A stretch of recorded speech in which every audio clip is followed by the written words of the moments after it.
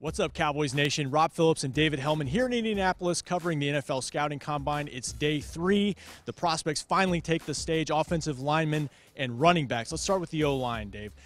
Could the Cowboys make that a draft priority this year? I don't know about priority, but you can make a case for anybody, right? Lyle Collins is in a contract year. Tyron Smith, you hate to say it, he's getting older. What do you do with Connor Williams? Like, there's always questions. So, yeah, you can look at that. We finally get to see some guys working out. Dalton Reisner is a guy that comes to mind, the Kansas State guard tackle. Some people see him as guard, some people see him as a tackle. Really intriguing. We know a guy the Cowboys have had interest in. They've talked to him here in Indianapolis. I can think of a few other positions that are a bigger priority, but, I mean, you got to do your due diligence, right?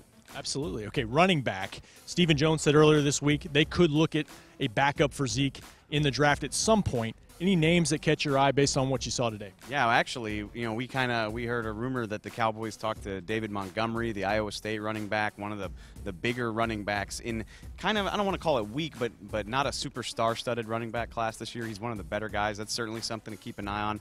It's not a position I would expect them to draft early. And you kind of got a guy named Ezekiel Elliott on the roster that gets in the way of that.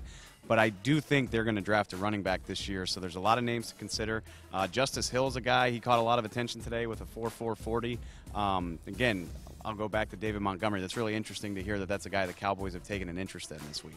All right, that's your daily Combine update. Check DallasCowboys.com for all news and updates.